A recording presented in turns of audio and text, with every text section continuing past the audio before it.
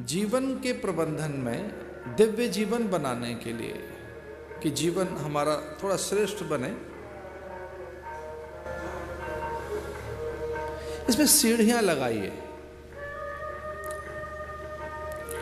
इसके उत्कर्ष के लिए, इससे उन्नत बनाने के लिए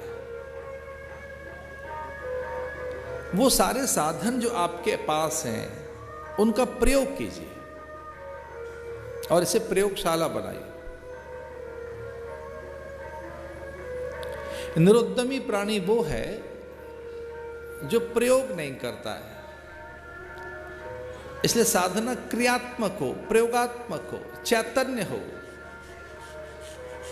साधना में जड़ता न रहे। जैसे एक साधन है धर्म,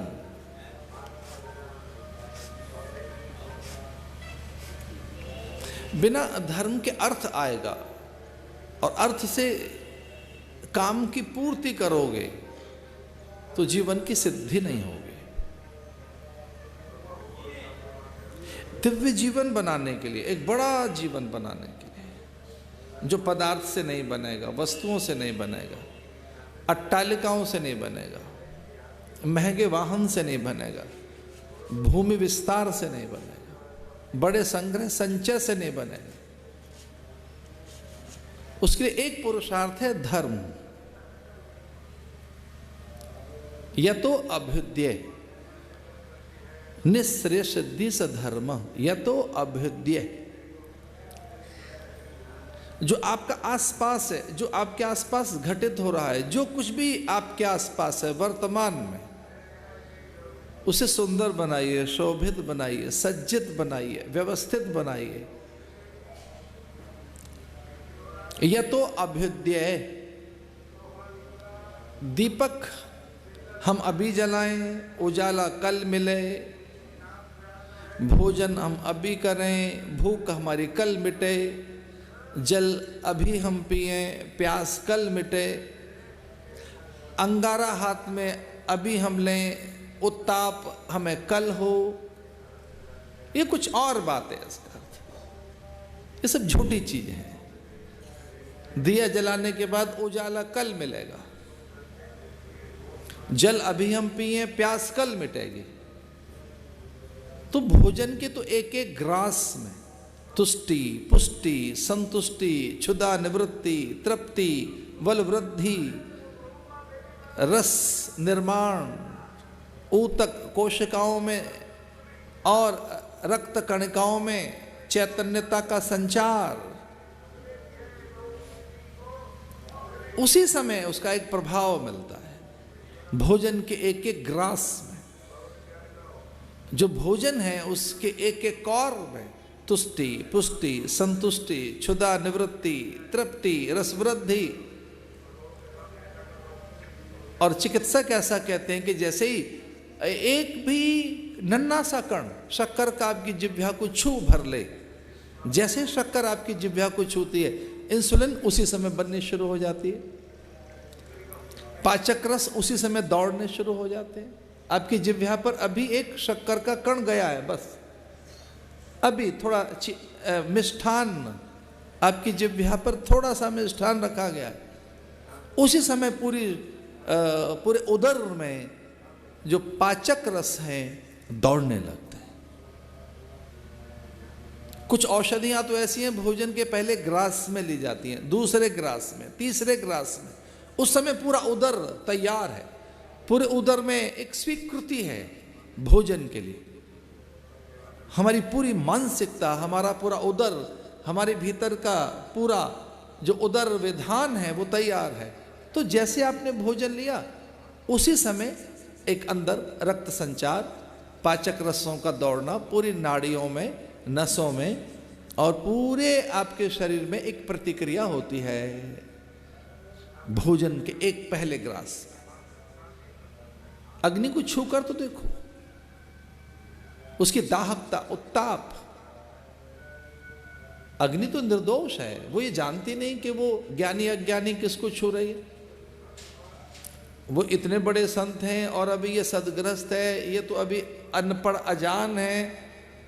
वो अपना, उसका एक स्वभाव है अग्नि का, तो अग्नि अपना एक स्वभाव रखती है। तो उसी समय अग्नि अपना प्रभाव दिखाएगी। जल, फल फूल, भोजन, वैसे धर्म। जैसे धर्म का सेवन करेंगे तत्काल उसका लाभ मिलेगा, तत्काल उसकी प्रतिक्रिया होगी, तत्काल। तो दिव्य जीवन के निर्माण के लिए जो पहला साधन है हमारे पास वो धर्म है, जो अभ्युदय को ठीक करता है, आसपास को ठीक करता है, हमारे होने के मायने जगाता है। उसी समय एलिवेट कर देगा, वो बहुत ऊंचा कर देगा। आपको बड़प्पन चाहिए, उच्चस्थ अवस्था चाहिए, शिखरस्थ अवस्था, एक बहुत ऊंचाइयां आपको चाहिए, तो धर्मनिष्ठ बने आप। धर्म में प्रयोग करने की जरूरत है। प्रयोग कीजिए कि मेरा जो आचरण है, मेरा जो व्यवहार है, स्वभाव है, ये जो मेरा पूरा जीने का ढंग है, क्या इसमें परिवर्तन की आवश्यकता है? ये वैसा ही है जैसा शास्त्र कहते हैं, वेद कहते हैं, गुरु कहते हैं, संत कहते हैं। तो जिनका जीवन शास्त्र सम्मत नहीं है, वेद विहित नहीं है, महज्जन द्वारा आचरित नहीं है, मन मुखे चल रहे हैं, स्वेराचारी हैं, स्वच्छंद हैं, ध्यान रहे कुछ हाथ नहीं लगेगा। इसे जीने के लिए भी कुछ सीमाएं हैं, उसके लिए भी कुछ वर्जनाएं हैं, उसके लिए कोई पॉलिसी है, कुछ नीतियां हैं। बिना नीतियों के जी नहीं सकते आप। परिंदों का अपना एक विधान है, पंछियों का किस क्रम से उड़ते हैं वो, पशुओं का। अब तो वो वाइल्ड लाइफ पर कितना दिखाया जा रहा है, वन्य जीवन कितना दिखाया जा रहा है। अभी को 2-3 महीने पहले मैं साउथ अफ्रीका में घने जंगलों में 10 दिन रहकर आया हूं। वहां के लोगों का मन था मैं जाऊं, निकट से देखूं वन्य प्राणियों को, सिंह और जिराफ, हाथियों के झुंड। वो ऐसी व्यवस्था कर देते हैं, एक ऐसी गाड़ी में बिठा देते हैं कि आप निकट से उनके पास से होकर निकल जाओ, देख लो वो क्या है, किस तरह से उनका जीवन है। पर बड़ा अनुशासन है वहां, वो बहुत अनुशासित हैं, बड़े सभ्य हैं, उनका अपना एक ढंग है जीने का। हमको भी एक ढंग दिया है जीने के लिए कि हम बिना धर्म के जीवन न जिए। धर्म एक व्यवस्था है, अनुशासन है, वहां एक सधा हुआ एक पूरा जीवन है। और जिस जीवन में संतुलन नहीं है, मात्राएं नहीं है जिस जीवन में, ध्यान रखना भटक जाओगे। धर्म मात्राएं तय करता है, कितनी मात्राएं आपके पास हो। नमक की मात्रा कम हो, भोजन का रस बिगड़ जाता है, बहुत अधिक हो तो रस बिगड़ जाता है। मात्राएं कितनी हो, डिस्प्रपोर्शनेट चीजें न हो, अधिक मात्रा में न हो कि हम बहुत सोते रहें, बहुत जगते रहें, बहुत खाते पीते रहें। ये बहुत शुरू में अर्ली 80s में, और जब मैं साधुओं की मंडली में घूमता था तो फिर कुछ कह रहे हैं हम तो फलाहारी हैं, भोजन नहीं करते। हमको भी लगा चलो ऐसा करके देखें, हम तो रात भर जगते हैं महाराज। किसी के घर गए हम एक बार, कुछ साधु, तो उन्होंने कहा कि आप कितने बजे जग जाते हैं? आप तो 2-3 बजे रात को जग जाते होंगे। या निशा सर्वभूतानाम तस्याम जागृत संयमे। अब तो 3 बजे जग जाते होंगे ना, आधी रात को बैठकर जप तप करते होंगे। तो मैंने कहा नहीं, ये इस पे निर्भर करता है कि मैं कितने बजे सो रहा हूं, और हाँ जगता मैं उसी समय हूं, लेकिन जो नींद है इसकी मात्रा नहीं बिगाड़ना चाहता मैं, इसकी पूरी मात्रा रहे। एक बहुत मैं अलग ढंग से आपसे बात कहना चाह रहा हूं कि धर्म एक वो वस्तु है जो आपके आहार विहार निहार आचार आपकी सोच उन सब में संतुलन खड़ा करती है। कोई बहुत मात्राओं का ध्यान नहीं रहेगा तो असंतुलित हो जाओगे। धर्म का अर्थ है संतुलन, यह तो अभ्युदय। इसका अर्थ क्या है? Tuning with nature. प्रकृति के साथ आपकी तालमेल रहे, कदम ताल रहे, प्रकृति से आपकी कदम ताल बिगड़ न जाए। प्रकृति से परे मत हो जाना, क्योंकि उसी का आप अंश हैं, उसी से बने हैं।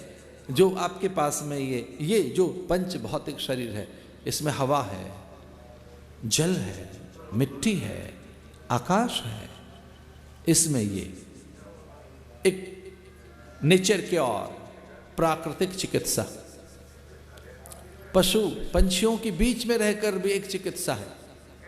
गौ के पास जाएंगे तो वहां का ऑरा, वहां की ऊर्जा ही कुछ अलग है। अब चिकित्सक कहने लगे हैं कि जो मनोन्माद है, जिसमें आवेश है, उत्तेजना है, भय है, चुप्पी है, अवसाद, जितने भी प्रकार के भय हैं, वो गौ के पास जाने से ठीक हो जाते हैं। ऐसा वो बता रहे हैं अब कि पशुओं के पास, पंछियों के पास, वनस्पतियों के पास। या तो अभ्युदय धर्म का अर्थ एक रूप ये है कि आपका आसपास ठीक हो, आपकी सब चीजें संतुलित हों, मर्यादित हों, व्यवस्थित हों, वो क्रम से हों। हम धर्म का अर्थ ये ना मान के चलें केवल हमने चंदन लगा लिया, गैरिक वस्त्र पहन लिए, या कि हम बाहर का कोई एक आचरण कर रहे हैं। धर्म जीवन, धर्म जीने का नाम है। इसे दिव्यता जीवन में आएगी तब जब वो व्यवहार में आएगी। क्रम सीखें हम, क्रम। आइए, बड़ी सुंदर सी बात कर रहा हूं मैं आपसे। या तो अभ्युदय, इसका अर्थ है आपके आसपास जो है, जो आपके पास है, उसमें आपका शरीर है, प्राण है, आहार है, निद्रा है, संग है, वार्ता है, आपकी सोच है, ये ठीक हो, ये सही हो आपका। और इसे जो सही करता है उसी का नाम धर्म है। धर्म केवल परलोक की सिद्धि का नाम नहीं है, धर्म केवल परलोक में स्वर्ग की प्राप्ति का नाम नहीं है, या धर्म का फलादेश केवल कैवल्य और सायुज्य या सारूप्य या सालोक्य मुक्ति नहीं है। धर्म का अर्थ है अब भी लाभ मिले उसका, अब भी। बचपन में थोड़ा मैंने विज्ञान पढ़ा तो तब बता रहे थे हमारे शिक्षक कि कोई साइनाइड नाम का विष होता है, उसका कोई स्वाद नहीं बता सका अभी तक। एक साइनाइड नाम का जहर होता है, एक जहर का नाम है, वो इतना भयानक है विष कि जिह्वा पर जाते ही प्राणांत हो जाता है। जैसे ही जीभ पर गया जहर तो कोई लिख नहीं पाया उसका स्वाद, उसका स्वाद क्या।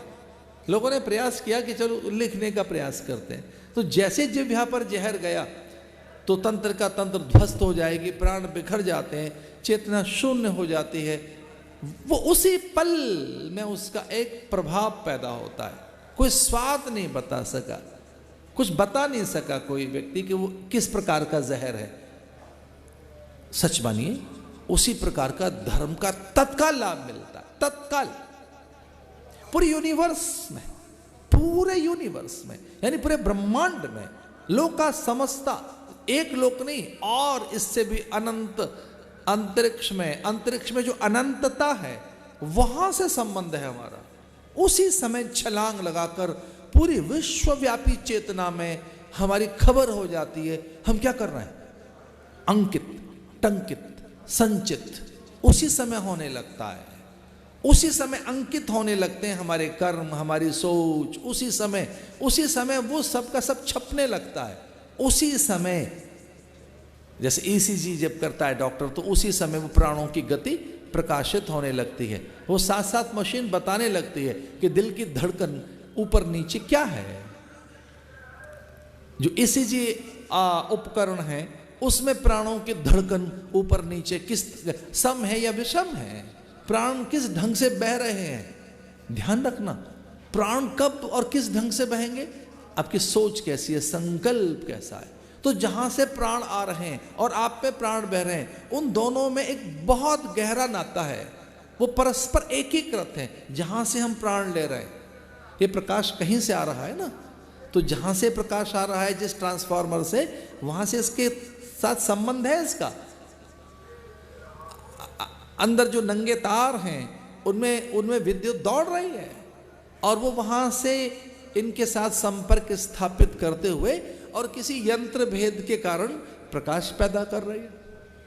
कई बार कोई एक वस्तु यंत्र भेद के कारण भिन्न दिखती है, अनुभूति वो कुछ अलग है। जैसे यंत्र के संस्कार के भेद से जल फ्रीज होने लगता है, बर्फ के टुकड़े बन रहा है। गर्मियों में जो रेफ्रिजरेटर हैं, गर्मियों में जो आपके घर में फ्रिज रखे हैं, जहाँ पानी फ्रीज होता रहता है, जहाँ पर जल बर्फ बनता रहता है, तो संस्कार के भेद के कारण एक बिजली, जो बिजली है वो संस्कार के भेद के कारण पानी को बर्फ के टुकड़े में बदल रही है, बर्फ बन रहा है पानी। और संस्कार के भेद के कारण वही बिजली पानी को उबाल रही है गीजर में। तो कहीं एक यंत्र में तो बिजली बर्फ बना रही है, बिजली वो संस्कार के भेद से, यंत्र का संस्कार है, उस यंत्र में कोई अभियांत्रिकी, उस उपकरण में कुछ ऐसा है कि वो पानी को ठंडा करता जाएगा, फिर इतना ठंडा कर देगा कि वो बर्फ बन जाएगा पानी।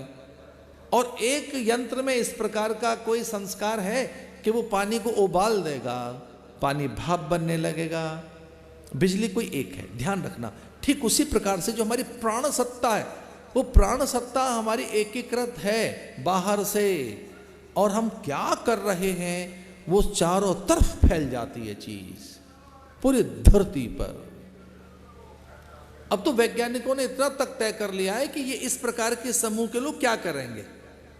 अभी लगभग इस पर बहुत बड़ा शोध हो चुका है कि भारत में भी इस प्रांत के लोग, इस प्रकार के लोग, इस प्रकार का व्यवसाय करने वाले लोग, वो जब लिखेंगे तो क्या लिखेंगे, अभियंता क्या लिखेगा, चिकित्सक क्या लिखेगा, उद्यमी क्या लिखेंगे, खेत खलियान में लिखने काम करने वाले लोग क्या सोचेंगे, भोर कैसी होगी भारत की, दोपहर कैसी होगी, सांझ कैसी होगी, किस प्रदेश में किस तरह के लोग क्या, और वो उस तरह से उनके लिए वस्तुएं बना रहे हैं। अब मार्केटिंग इस ढंग से हो रही है, अब इस ढंग से उनकी मानसिकता पढ़ी जा रही है कि उनके सामने ये चीज पेश कर दें। जैसे व्यापारी ग्राहक को देखकर वो ताड़ लेता है कि इसका ध्यान कहाँ है, कौन सी वस्तु पर, उसे वो फिर प्रकट करने लगता है, वो ताड़ लेता है इसकी प्रकृति क्या है। ठीक वैसे ही जो हमारी प्रकृति है वो पूरी यूनिवर्स में, पूरे ब्रह्मांड में पता है, हम छुप कर नहीं रह सकते।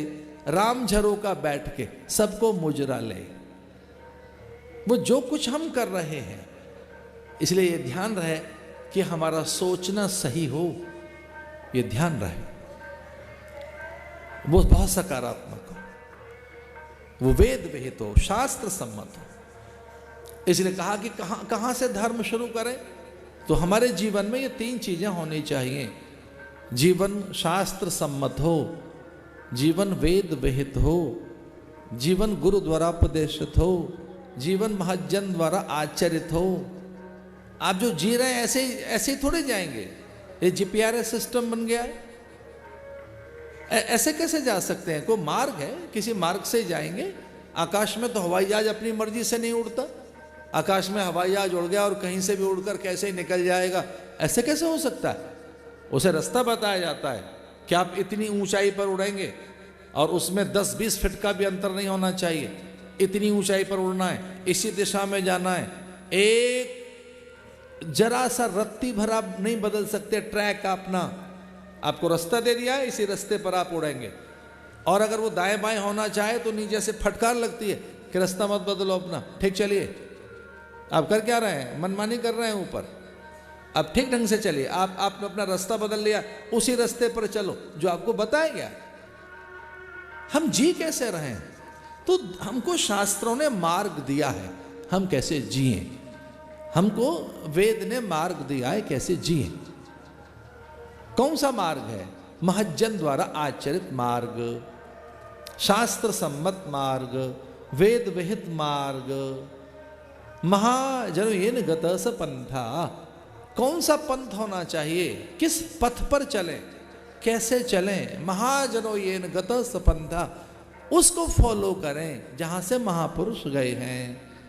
आओ एक नई बात कहूं, जिन्होंने धर्म का आचरण किया है, जिनके जीवन में धर्म स्वभाव बन गया है, उन्हीं का तो अनुसरण करेंगे।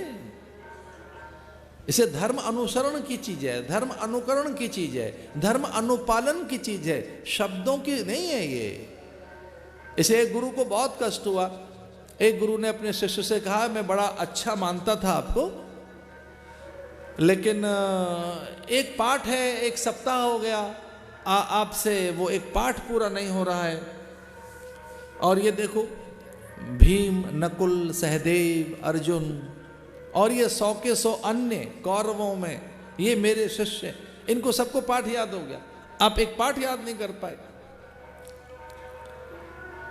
तो उन्होंने कहा गुरुदेव वो मुझे 2 बातें याद हैं, ये जो बोल रहे हैं।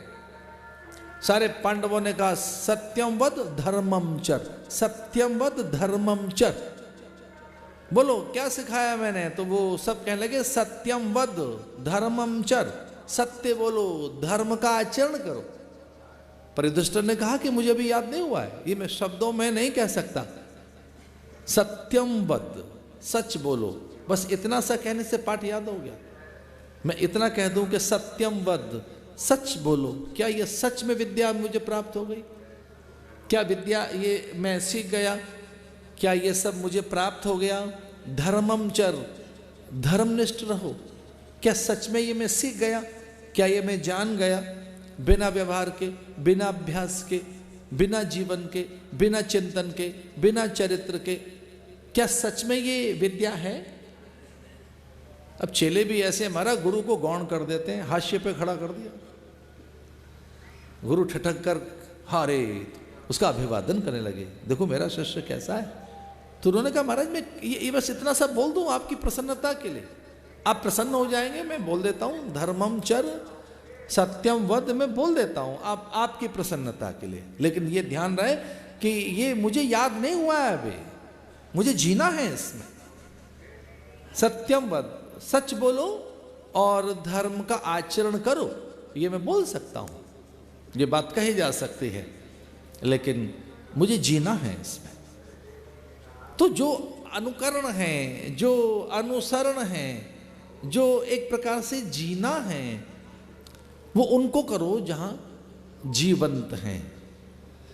मुझे हृदय से क्षमा करना, पंचांग को निचोड़ देने से 2 बूंदें पानी की नहीं दिखाई देंगी, पर हाँ पंडित जानता है वर्षा का योग कब है।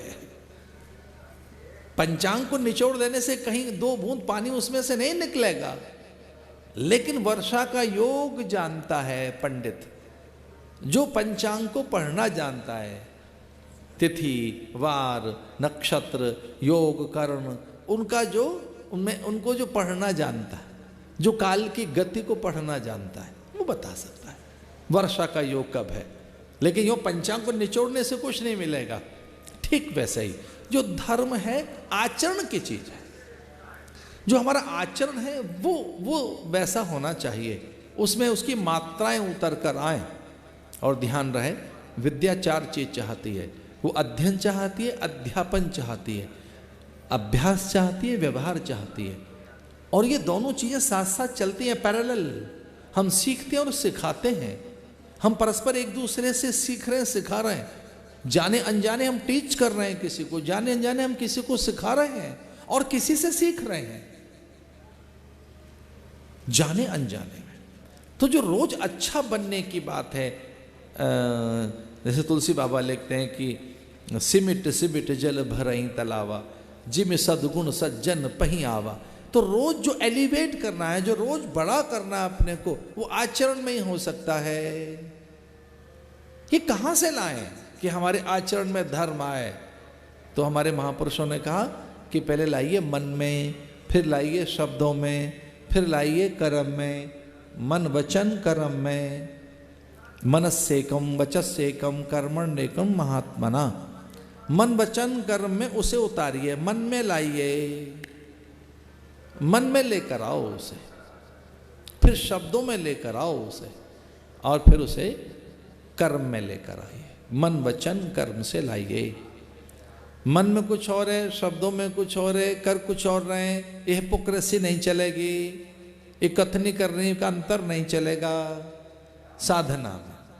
साधना में कथनी करने का अंतर नहीं चलेगा, कथनी करने एक होनी चाहिए।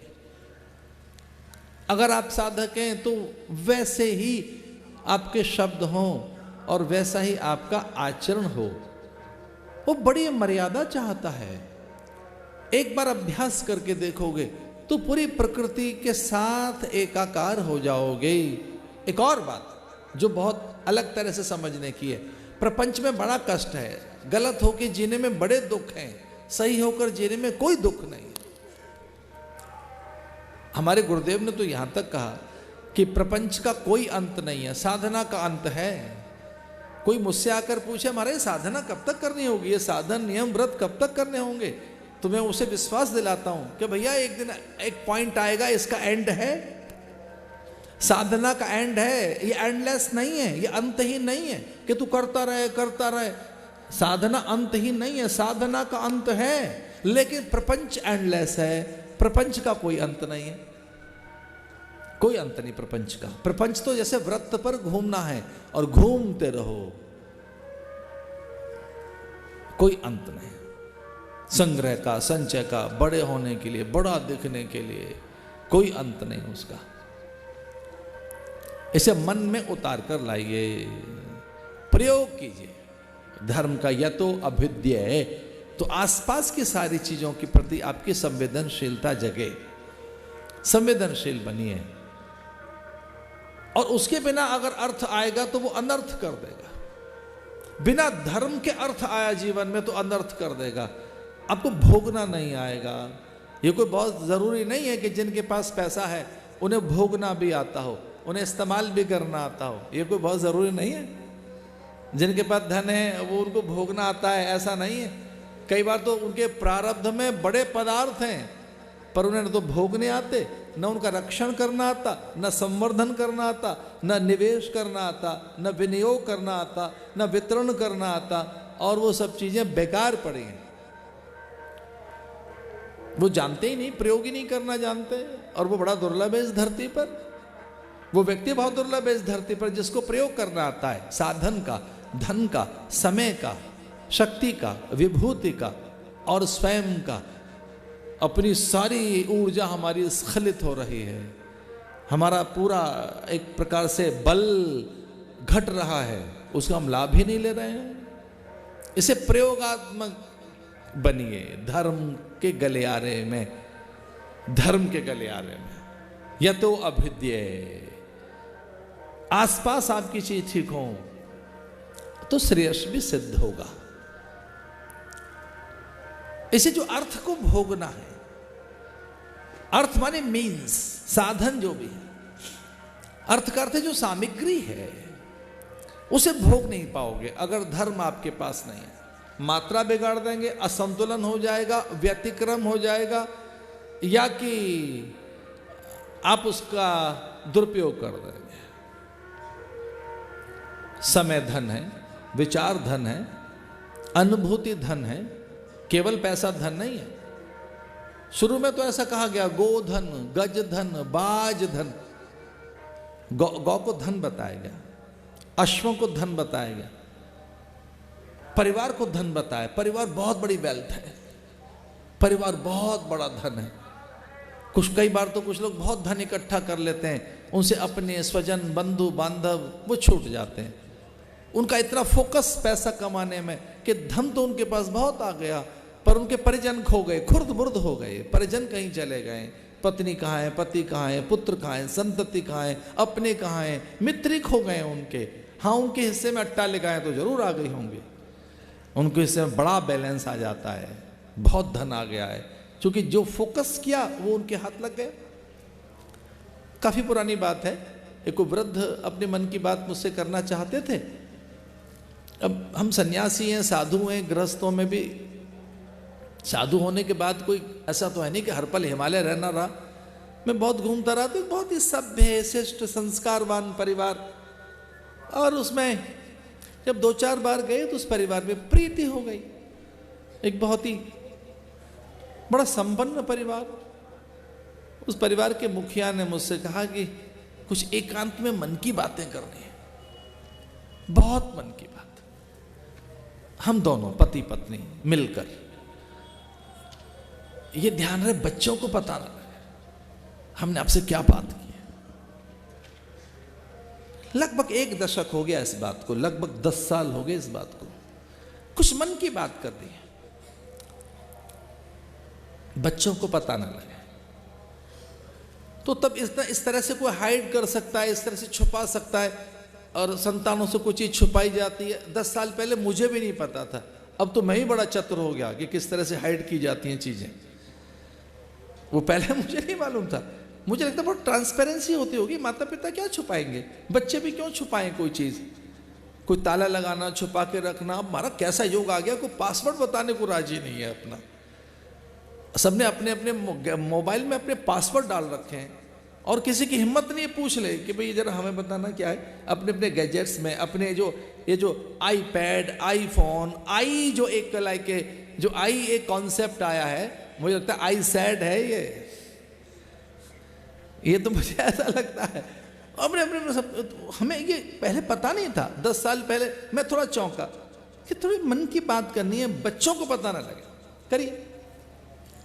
तो वो कहने लगे कि हमने पूरा समय, श्रम, साधन, अपनी सारी योग्यता, पूरा जीवन इनको दे दिया, अपने बच्चों को। हमारा पूरा यौवन दे दिया हमने इनको, पूरा जीवन दे दिया इनको हमने। हम जीते रहे, इनके लिए मरते रहे, हमारे पूरा समय इनको दे दिया हमने अपने बच्चों को। हम कभी स्थान परिवर्तन के लिए नहीं गए, भ्रमण के लिए नहीं गए, देशाटन नहीं किया, तीर्थाटन नहीं किया। हम इतने संपन्न व्यक्ति, हम चाहते तो अनेक देश घूम लेते। हमने बहुत आनंद नहीं लिया, हमारा जीवन में कोई सुख नहीं लिया। हमने सब कुछ इनके लिए किया, सब कुछ इनको सौंप दिया, और अब क्या हुआ है? बोले वो हमारी सुध नहीं ले रहे हैं। अब उनका हम में कोई ध्यान नहीं है, उनका हमारे प्रति कोई एकाग्रता नहीं है, हमारी संवेदनाओं को वो नहीं सहलाते हैं। हमारी क्या आवश्यकता है, वृद्धावस्था में किस तरह से हमको कठिनाइयां हैं, उनका कोई हम में ध्यान नहीं है। तो मैंने उनसे कहा कि देखो बात पूरी हो जाए तो मैं इसका उत्तर दूंगा, लेकिन पूरी बात कर लीजिए।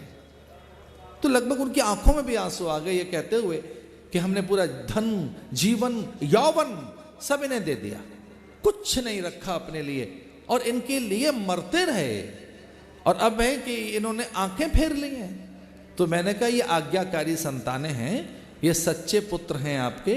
जो कुछ इन्होंने आपसे सीखा है अब अपनी संतानों पर उसका प्रयोग कर रहे हैं।